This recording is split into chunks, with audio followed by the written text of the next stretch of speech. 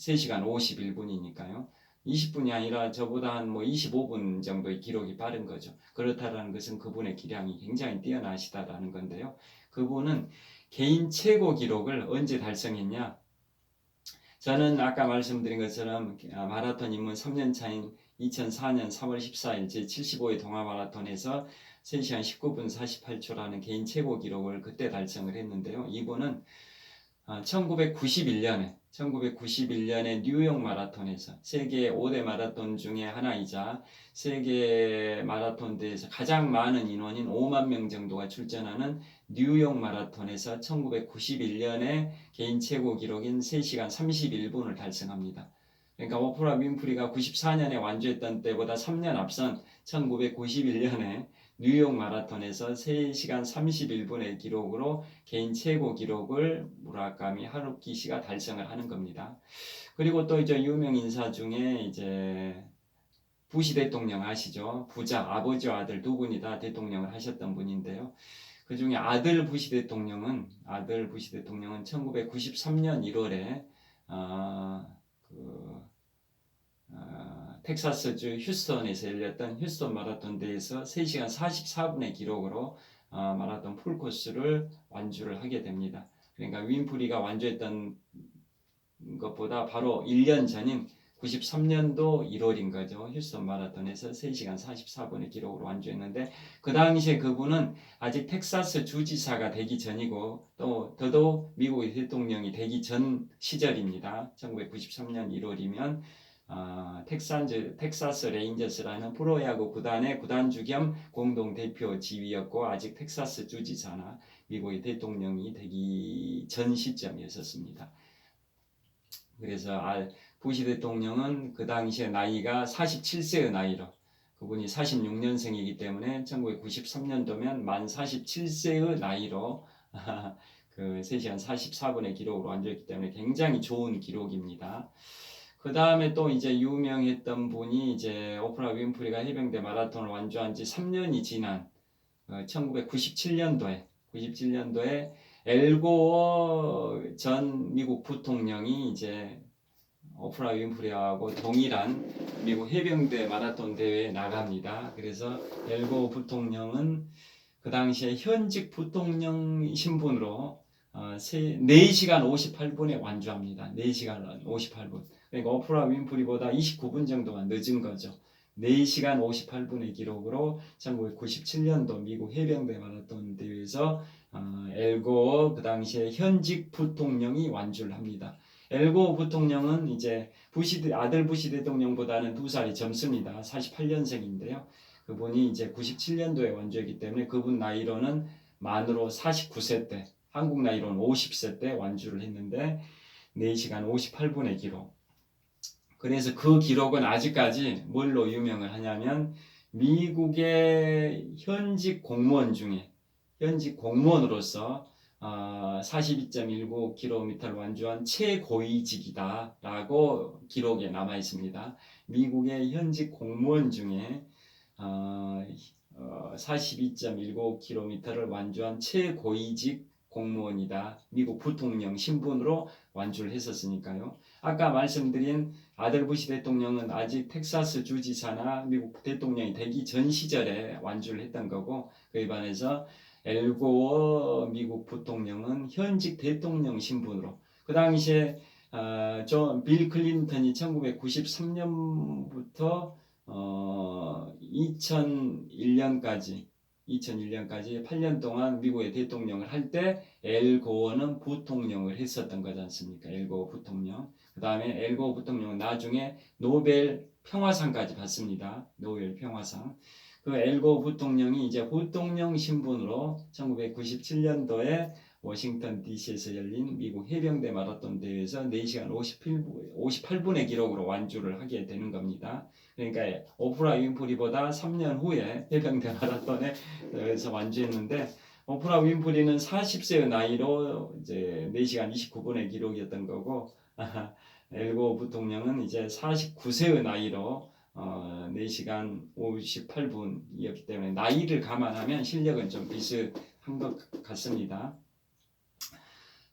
그래서 이제 유명 인사들의 마라톤에 관해서 말씀드렸는데 결국은 91년도에는 뉴욕 마라톤에서 무라카미 하루키 씨가 3시간 31분의 기록, 그 다음에 93년도에는 휴스턴 마라톤에서 아들 부시 대통령이 3시간 44분의 기록, 그 다음에 94년도에는 오프라 윈프리가 해병대 마라톤에서 4시간 29분의 기록, 그 다음에 97년도에는 엘고 부통령이 해병대 마라톤에서 4시간 58분의 기록, 유명 인사들에 관해서 말씀드렸고요.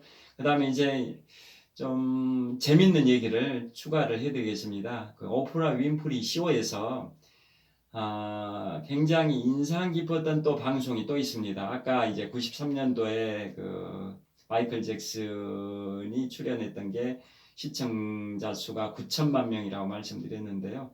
그로부터 세월이 이제 한 11년이 지난 2004년에 오프라 윈프리 쇼. 오프라 윈프리 쇼가 이제 2011년도에 끝났으니까 끝나기 한 7년을 앞둔 시점이죠. 2004년도에 어떤 게 방송이 됐었냐면 그날 이제 그 당시 기준으로 2004년 기준으로 지금부터 16년 전이죠. 그 당시 기준으로는 미국 TV 역사상 가장 고액의 경품 행사가 있었습니다. 그게 바로 오프라 윈프리 쇼에서 있었었는데요. 그때 어떤 게 있었냐면 이제 미국 국민들 대상으로 자동차를 갖고 싶어하는 사람들을 이제 방청객으로 276명을 초청을 했습니다. 자동차를 갖고 싶어하는 사람들. 그러니까 그 여러 가지 뭐 수많은 사람들이 다양한 사연을 보내왔겠죠. 그 중에 276명을 이렇게 추첨해 가지고 276명이 방청석에 이제 앉게 됩니다. 그런데 이제 그 사연 중에 이제 이러이러한 몇 가지 사연이 대표적인 사연이 있는데요. 어떤 사연이냐면 자신의 자동차는 미국 서부 개척 시절에 그 총잡이들이 타던 그런 자동차처럼 굉장히 노후된 자동차다. 그래서 좀 자동차를 바꾸고 싶다. 뭐 이런 사연도 있고, 또 어떤 사람은 자동차가 너무 낡아가지고 자주 멈춰버리니까 수업에 늦게 들어간다. 그러한 어떤 한 교사의 사연도 있었고, 그 다음에 자동차를 자기는 한 40만 마일을 탔다. 40만 마일. 40만 마일이면 64km입니다. 64km. 64만 킬로. 40만 마일은 64만 킬로입니다. 자기는 그 차 한 대로 64만 킬로를 달렸기 때문에 이 차가 제대로 굴러가지가 않는다. 그래서 새 차로 바꾸고 싶다. 뭐 이런 대표적인 사례를 제가 사연을 말씀드렸는데요. 그런 사람들, 다양한 사람들이 사연을 보내줬고 그 중에 276명을 추첨해가지고 방청석에 앉아놓고 이제 이런 경품 행사를 합니다. 그게 뭐냐? 오늘 총 오프라 윈프리가 이런 말을 합니다. 방청객들을 대상으로 오늘 총 276명이 앉아 있는데 이 중에 12명한테 자동차를 드리겠다, 경품으로 드리겠다라고 하면서 이제 추첨을 해 나갑니다. 그래서 총 11명한테 이제 자동차를 지급하는 걸로 경품으로 주는 걸로 확정이 됐고 마지막 한 사람이 남았습니다. 12번째 한 사람이 남았는데 그 12명 한 사람 이제 마지막 기회 딱 기회가 한 번밖에 없는 거죠. 그래서 이미 경품을 받은 11사람은 이제 제외시키고 나머지 사람이니까 276명 중에 265명이겠죠. 265명한테 상자를 다 하나씩 나눠줍니다. 그러면서 상자를 열어보게끔 이제 하는 과정인데요. 이 중에 한 상자에만 자동차 키가 하나가 들어가 있다. 한 상자에만. 왜냐? 12번째 딱 한 사람밖에 없으니까. 그래서 265명한테 상자를 하나씩 주면서 그 중에 한 사람만 한 상자 안에만 자동차 키가 있는데 그 사람이 이제 12번째 사람이 되는 거다라고 이제 공표를 하는 겁니다. 그러면서 이제 카운트다운에 들어갑니다. 오프라 윈프리 쇼가 굉장히 깜짝 쇼 이런 걸로도 유명하지 않습니까? 그래서 5, 4, 3, 2, 1, 0 이런 식으로 카운트다운을 해가지고 다 동시에 열게 합니다. 그런데 반전이 일어납니다. 그 265개 상자 전부에가 자동차 키가 하나씩 들어가 있었습니다. 전부에가 12번째 그 한 사람 상자에만 키가 있었던 게 아니라 265명 전체의 상자에 자동차 키가 들어가 있었던 겁니다. 그래서 결론은 총 276명 방청객 전부한테 자동차를 한 대씩 경품으로 줬습니다. 그 가격이 800만 달러 정도 된답니다. 800만 달러. 우리나라 돈으로는 100억 정도 됩니다. 100억 정도. 100억 정도니까 276으로 대략 나눠보면 개인당 한 3천만 원짜리 차를 경품으로 받은 겁니다. 276명이 개인당 3천만 원짜리의 가치가 있는 차를 받았는데요. 그게 2004년도에 TV 경품 방송 역사상 최고의 가격 금액이라고 합니다. 그런데 그 기록은 세월이 이제 한 12년이 지난 12년이 지난 2016년도에 그 기록이 깨집니다. 지금부터 4년 전인 2016년도에 어떤 코미디언이 무슨 자신의 방송 쇼에서 이제 경품 행사를 하는데 경품 내용은 의료비를 탕감해주는 뭐 그런 내용인데 총 의료비 탕감액이 1,500만 달러. 1,500만 달러니까 오프라 윈프리의 12년 전, 즉 2004년도에 자동차 경품 행사 800만 달러에 2배에 육박하는 금액이니까 200억 가까이 되는 그런 경품 행사였기 때문에 오프라 윈프리의 TV 방송 경품 역사상 최고 기록을 경신을 해버렸답니다. 2016년도에.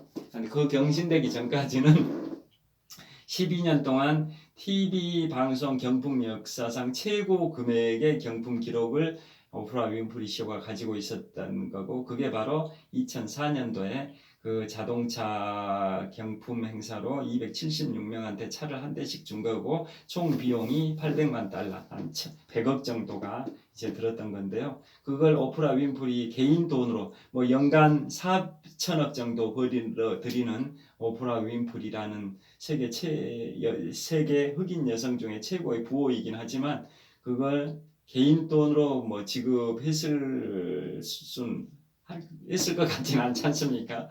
그 누가 이제 협찬을 했냐? 바로 제너럴 모터스입니다. 제너럴 모터스, GM. 미국의 3대 자동차 회사시죠. 제너럴 모터스, 즉 GM하고 그 다음에 크라이슬러, 그 다음에 포드. 포드 하니까 생각납니다. 세계 최초의 억만장자가 누구인 줄 아세요? 세계 최초의 억만장자가 포드 자동차를 설립했던 이제 포드입니다. 포드. 그분이 세계 최초의 억만장자랍니다. 지금 말씀드리고 있는 오프라 윈프리도 이제 억만장자이긴 한데 세계 최초의 억만장자는 20세기 초에 억만장자가 된 포드 자동차의 설립자인 그 헨리 포드 뭐 이분이다라는 것은 이제 아시는 분도 계실 텐데요. 하여튼 미국의 3대 자동차 회사가 이제 GM, 크라이슬러, 포드인데 그 중에 GM, 제너럴 모터스에서 협찬을 했습니다. 차종은 뭐냐?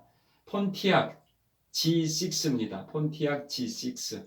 GM에서 만든 폰티악 G6라는 그 차를 276대를 경품으로 그 GM에서 협찬을 한 거고 그래서 한 800억 정도 우리 돈으로 100억 정도를 GM에서 협찬을 했고 또 그 차를 취득하려면 등록을 해야 되지 않습니까? 그런데 또 가난한 사람들 위해서 자동차세를 GM에서 추가로 그 협찬했다 뭐 이런 얘기도 있습니다. 그 정도로 이제 오프라 윈프리 쇼는 뭐 재밌는 그런 에피소드도 많은 방송인데 방송 역사가 이제 25년 지속이 됐던 겁니다. 1986년부터 2011년까지 25년 동안 방송을 하면서 오프라 윈프리라는 그 흑인 여성, 아프리카계 미국인으로서는 최고의 부자라고 합니다. 아프리카계 미국인으로서는 최고의 부자고 전 세계 흑인 여성 중에 또 최고 부자이기도 하고요. 연간 벌어들이는 수입이 4천억을 벌어들인다고 할 정도로 유명한 분인데요.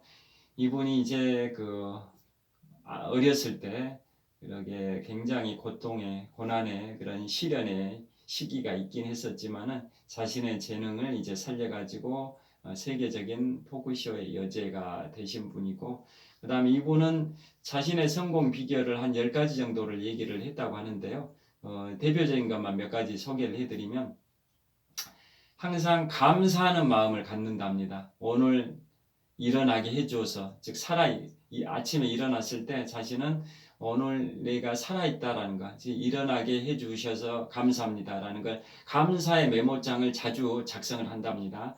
그 소확행이라고 있지 않습니까? 소소한 작은 것에서 행복을 찾는 그런 거. 행복이라는 것은 자기 만족이지 않습니까? 꼭 거창하고 거대하고 웅대해야만이 행복한 게 아니지 않습니까? 소소한 일상의 그런 작은 그런 일에서도 행복을 찾는 소확행이 요즘 유행이기도 한데요. 이분 역시 작은 것에서 이런 아침에 일어나게 해서 행복하다. 그 다음에 냉장고가 가난했던 시절에 냉장고가 텅텅 비었는데 샌드위치 한 조각이 있었는데 그 샌드위치 한 조각을 먹으면서도 이 음식을 먹게 해줘서 감사하다. 이런 걸 다 메모장에 기록하는 항상 긍정적 마인드를 가지고 살았답니다. 또 이런 얘기가 있습니다. 자, 사람은 기본적으로 그 정신의 구조가 이렇답니다. 사람은 하루에 5만 가지 생각을 다 한다라는 말 들어보셨죠? 5만 가지 생각을 다 하는데 그 중에 85%는 부정적 생각이랍니다. 반면에 15%만 긍정적 생각을 한답니다. 사람은 원래 생각 구조가 그렇답니다. 연구 결과를 통해서 입증이 됐답니다. 그러니까 그대로 자기가 그냥 생각한 대로 그냥 놔두게 되면 모든 걸 매사 부정적으로 생각하고 비판적으로만 생각하고 좋은 면을 안 보려고 하고 긍정적 사고가 거의 없어지게 된답니다. 그래서 행복해지려고 하려면 행복하고자 한다면 의식적으로 행복하려고 노력해야 되고 그 다음에 긍정적 생각을 가지려고 즉 부정적 생각 마인드 85%를 긍정적 생각 마인드로 전환하려고 의식적으로 의도적으로 노력을 해야 된답니다. 그래야 긍정적 사고를 갖게 되고 낙천적인 그런 그 사고를 가져가지고 행복을 느끼게 된다고 합니다. 이런 식으로 이제 오프라 윈프리는 긍정적 사고, 낙관적 사고, 감사하는 마음을 메모장에 기록을 한 거고요. 또 부정적 사고를 갖는 사람들을 옆에 두지 마라. 친구를 보면 그 사람을 알 수 있다듯이 친구에 의해서 영향을 많이 받지 않습니까? 그래서 긍정적 사고를 갖는 그런 사람을 옆에 둬야 되지 부정적 사고를 갖는 사람 옆에 두면 전염되니까 자기도 불행해진다. 그러니까 그런 사람들을 멀리해라. 뭐 이런 얘기를 하기도 했다고요. 그 다음에 실패를 두려워하지 마라. 뭐 교과서적인 얘기이기도 합니다만은 실패를 두려워하지 마라. 어떤 것을 목표를 설정해가지고 도전해가지고 성공하지 못했다 해서 그걸 실패라고 하지를 마라. 그 과정을 통해서 즉 성취는 못했지만 성공하지 못했지만 그걸 실패라고 단정해버리지 말고 그 과정을 통해서도 얻는 게 분명히 있다. 그러니까 그걸 실패라고 단정 지어버리지 마라. 뭐 이런 얘기도 하기도 했었다고요. 그 다음에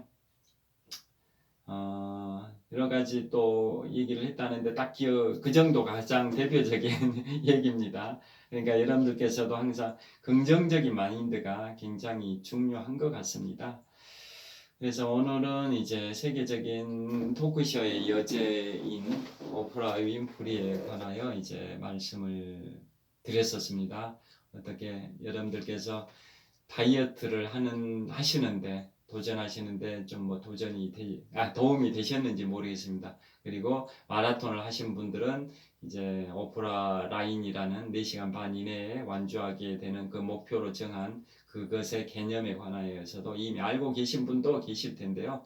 모르신 분들한테는 그런 게 있나 보다 이런 호기심이 생기셨을 수도 있을 것 같고요. 그 다음에 오프라 윈프리의 인생 철학, 항상 매사에 긍정적으로 살고자 하는 그런 인생 철학에 관하여도 좀 생각해 보시는 기회가 되셨으면 좋겠습니다. 지금까지 오프라 윈프리에 관하여 말씀을 드렸습니다. 지금까지 독서하는 마라토너 박종필이었습니다. 시청해 주셔서 감사합니다.